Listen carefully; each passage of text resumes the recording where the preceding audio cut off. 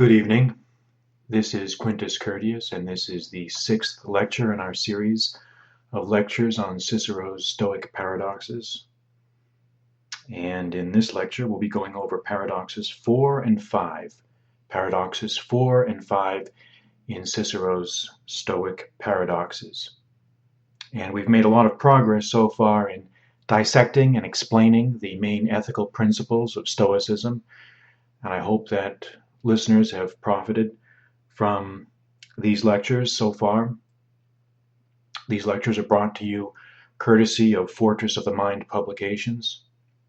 And it is today, November 25th, 2015, and this is a Thanksgiving holiday lecture.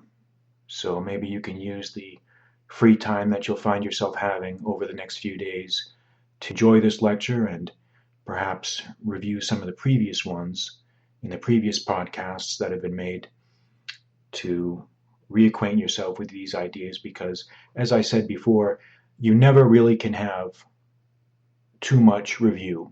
You can never really have too much analysis or thinking about these concepts because they tend to be difficult, and the more you hear them, the more you experience them, the more you wrestle with them, the more chance that these doctrines have a way of cementing themselves in the mind. And this is how the learning process starts. It has to really come from repetition and desire. In this lecture, we're going to be talking about two of the most important of the paradoxes, 4 and 5. What I'm going to do is start with paradox 4, and we're going to list the main points to be gained from this paradox, and then go into a detailed discussion of it, and then move on to paradox 5. All right. Paradox 4 is entitled, "Every fool is of unsound mind." Every fool is of unsound mind. And the three main points of this paradox are these. The first is that a truly wise man cannot be deprived of happiness, even if exile befalls him. And the second point is nothing can be taken away from the wise man. And the third point is character and conduct are all important. Now, if you have a copy of Stoic Paradoxes with you, if you have the hard copy version, which again you could find on my website, qcurtius.com, and look under the tab for books, and it takes you right to the links where you can get it on Amazon. If you do have it with you, you can follow along. If you don't, you can just listen along, and you'll get the same benefit.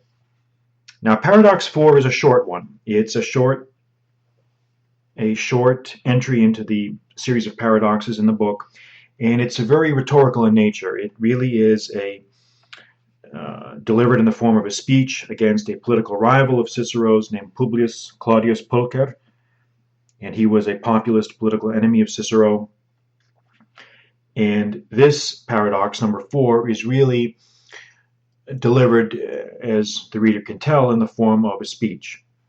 Now, right away, the main point is laid out in the beginning of the paradox, which is at section 29. And Cicero basically states that nothing of value, nothing of true value can be carted off or seized or plundered. He says, "If you had taken from me my divine constancy of mind, or the awareness of my vigilance, care, and counsel,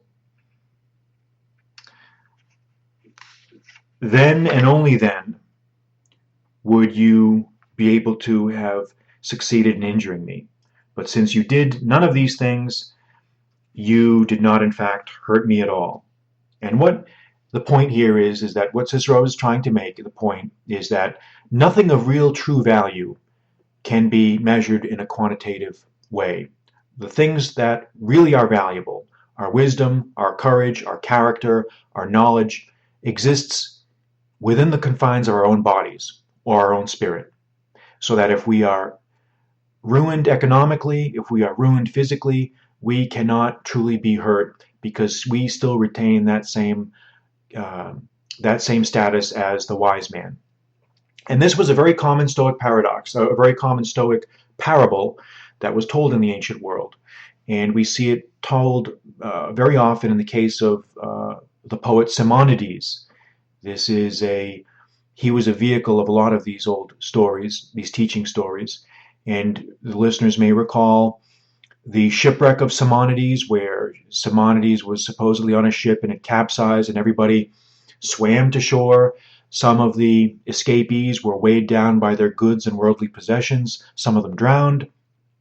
Some of them arrived at the shore and became beggars because they had nothing except their material goods to get them by. But Simonides was well known as a poet, and he was able to run into people who knew him, and he was able to restore his good fortune just by virtue of doing that.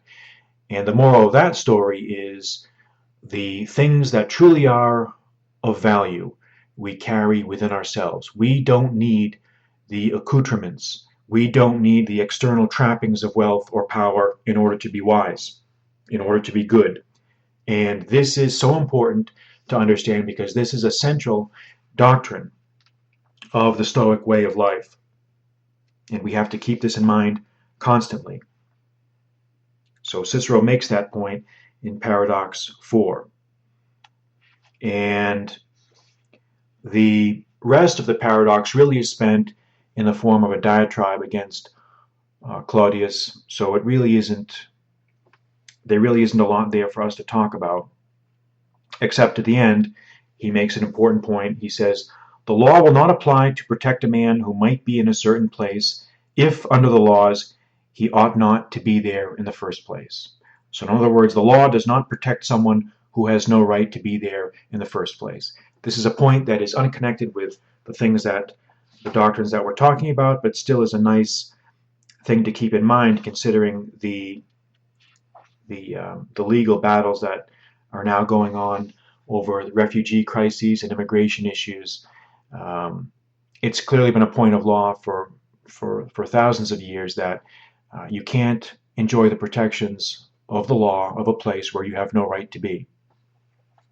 So this is Paradox 4. Let's move on now to Paradox 5. And this is one of the densest and most important of all of the paradoxes in the book. And this one is entitled, Only Wisdom Liberates a Man, and Only the Fool is a Slave. I'll repeat that. Only wisdom liberates a man, and only the fool is a slave. Now, what are the main points of this paradox? They are these. One must learn to control one's passions. That's the first one. Number two. Second one is the freedom is the power to do as you wish. 3. The truly wise man will do nothing under compulsion. Number 4. All evil men are slaves. Number 5.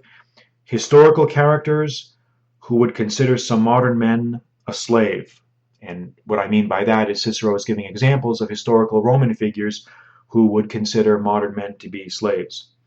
And the 6th point are slaves are those who covet money or seek power or political office. Those people are slaves. We're going to go through and explain these points and state why they are relevant to Stoic doctrine. So let's plunge now into Paradox 5. So the major point that Cicero starts out with is that the wise man must be someone who can control his passions. He should be able to contain his own libido. He should be able to reject excessive pleasures. He should be able to keep his anger in check, to restrain his greed, and to ward off the disgraces of the mind that he calls. And this is in section 33 of the book. You can find it there on page 65 of the paperback version. Once a man has succeeded in putting his own personal passions in check, only then, Cicero says, may he begin to issue orders to others, when he has stopped obeying the most unworthy masters of moral turpitude and bad judgment. And Cicero finally says, while such a man remains subservient to these masters, he can neither be a commander nor even a free man. And this is so important. This is such a critical central doctrine. And it sounds simple. You might say, well, that's okay. That's common sense. Everybody knows that. Well, it is, but it isn't. It may be common sense to state it, but these days it's not even stated anymore. But it's far, far less frequently practiced. We saw, for example, the recent case of the president of the University of Missouri, who was so held in check, but was so consumed by greed that he lacked the necessary character traits to stand up to a very mild challenge, which came in the form of the social justice warriors who were trying to remove him from office. So these things matter. These things really have modern relevance. Now, the second point here is that Cicero makes is that no one is free except for the wise man. And the question that naturally follows from this is, well, what is freedom? What is the definition of freedom? What do we call freedom? And here, the payoff comes in section 34 of the book, in the text. It says, what is freedom? And freedom is this. Freedom is the power to live as you wish to live. Freedom is the power to live as you wish to live. The man who really lives is the man who wants nothing except to follow the right path, who finds satisfaction in his responsibilities, whose way of living is well considered and provided, who follows the laws not out of fear, but follows and defers to them because he judges them to be most conducive to the collective health, who says nothing, does nothing, and thinks of nothing except what is free and volitional, whose every plan and action which he does all follow from this and are all traceable to this, and there are no other things which dominate him more than his own free will and power of judgment. And you know, folks, I don't think I've ever read a better definition of freedom than this. This really is, if you get nothing out of this lecture, get this, the definition of freedom. And it can be found, as I said, in section 34 of the text, laid out by Cicero. And this is something that we really need to take to heart. And he goes on to make even greater points. He says, fortune herself indeed submits to whomever is said to have the greatest power. Fortune does control worldly events. We are buffeted by fate, subjected to the slings and arrows of fortune, but we can create our own luck. He who has the greatest moral power, he who has the greatest character, finds himself often the most lucky. It's no accident that you make your own luck. And we know this. The harder you work, the better you are as a man, the more lucky you will find yourself, and the more you will find that fortune smiles on you. The more you will find that fortune smiles on you. As a wise poet said, and this is where Cicero quotes Ennius, the ancient Roman poet Ennius, fortune is attached to each man according to his own habits. And this is so important. This is so important. Again, this is such a great way of saying it. Fortune attaches to each man according to his own habits. Well, what does that mean? The better your habits, the more luck you're going to have. The better your character, the more you will be smiled on by fortune. Fortune attaches to each man according to his own habits. Have good habits, and you will find yourself ever more lucky and more fortunate. So it seems to follow from this, and I think no one would argue that it does follow from this, that the wise man can do nothing against his will, nothing that he may regret, and nothing can be forced on him. If we believe the previous axioms that the wise man has everything he needs in himself to be wise and to be powerful, and that the free man is someone who does everything according to his own desires and he acts according to his own inner scruples, then it follows from this that a wise man can do nothing against his own will, and nothing can be forced on him, and he should regret nothing.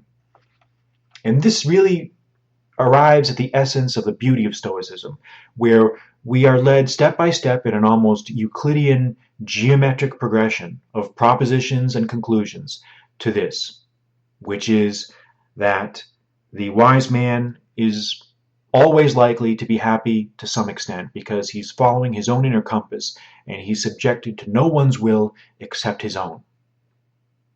And I just find that architecture a very beautiful thing. I find that a very significant thing, and I hope that listeners will also find it equally beautiful. It follows from this that all bad men are slaves. All bad men are slaves. Now, what do we mean by that? Well, a bad man is someone who is not able to control his desires. A bad man is someone who is held in prisoner, constantly at war with himself, trying to restrain his own inner turbulence. And I've seen this myself with my own eyes, from the people that I've dealt with over the years, from the various careers that I've had in my life, both as a military officer and as an attorney. People who are bad are simply people who are unable to control their passions. They are unable to control their passions, and this inability to control themselves is what gets them into problems. It's what gets them charged with crimes. It is what gets them into financial issues or relationship issues or other types of issues. And this is what makes them bad. They may not be inherently bad, but their inability to restrain themselves or control themselves sets them on that path to ruin. And he says, Cicero says, that servitude is the blind obedience of a broken and demoralized soul, lacking its own free will.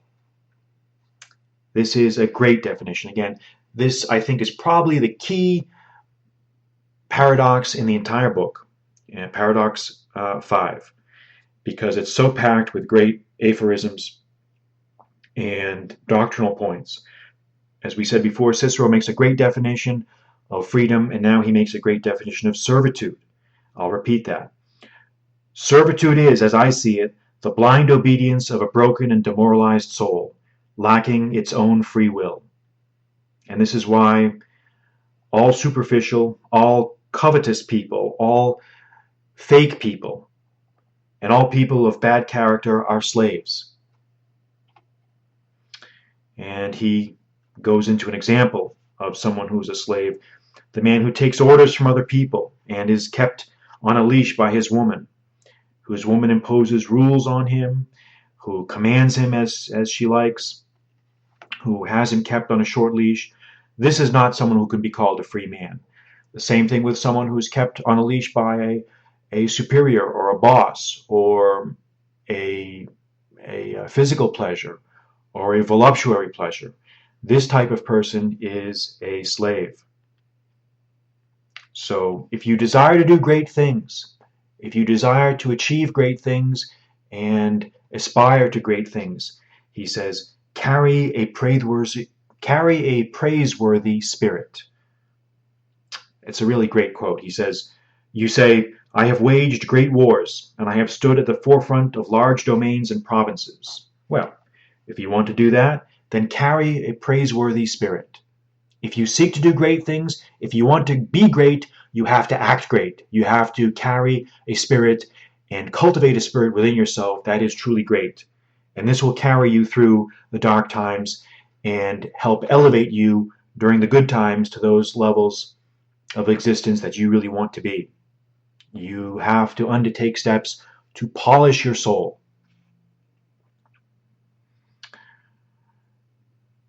So even if we do enjoy beautiful things, and there's nothing wrong with enjoying beautiful things, nowhere in this book does Cicero advocate being an ascetic, of being someone who withdraws from the responsibilities of life. He never says that. If we do want to enjoy beauty or pleasures, do them in moderation. Do them in moderation.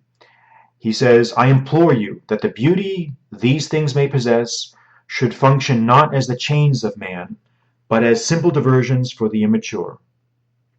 View them as diversions. View them as healthy diversions, but nevertheless, view them still as diversions. They will never complete you. They will never in themselves be enough to sustain you, just like certain foods are not nutritious or sustaining enough to keep us in health and proper condition. The same holds true of certain pleasures. And here Cicero then goes on to name some figures from Roman history who seem to symbolize the virtues that he's talking about. I won't go into them here because I want to try to keep this lecture brief. And he finally makes the point, again, reemphasizing building on the previous propositions. When control of the passions abandons us, when we lose our ability to control our passions, then this truly is a miserable and pathetic thing. It brings a lasting servitude to us. And the other form of slavery clearly is fear. He who is constantly held in fear, who constantly is worried about this or worried about that and tormented by anxiety or fear, that person also is a slave. And there's an old Arabic saying, "Kathiran yamut jubana," and this means a coward dies many times. A coward dies many times. If you are a brave man, if you have cultivated those strengths of the soul, you will never be in fear of anything. But if you are someone who is kept enslaved to your fears, then you're constantly on the edge of death. You die 1,000 times. So it's so important that we really try to internalize these doctrines, because they truly do free us. They free us from stress, they free us from worry, they free us from anxiety, but they don't come easily. If it were easy, anyone could do it, but they don't come easy. And that's why the first step in trying to internalize and absorb these doctrines is to hear them, read them, listen to me talk about them, and try to practice them in your life. Because if you can do that, you truly will find, or begin to find, peace of mind. So this concludes our lecture of the discussion of paradoxes 4 and 5 of Cicero's Stoic paradoxes. Again, you can find the book if you go to my website, qcourteous.com, and look under the tab Books, and you'll be taken to the link there for Stoic paradoxes, which goes right to amazon.com, where you can find it. If you've enjoyed this lecture, please rate me on iTunes so that other people can find out about these lectures. I'd appreciate that. Until next time, I'm Quintus Curtius, and this lecture was brought to you by Fortress of the Mind Publications. Good night.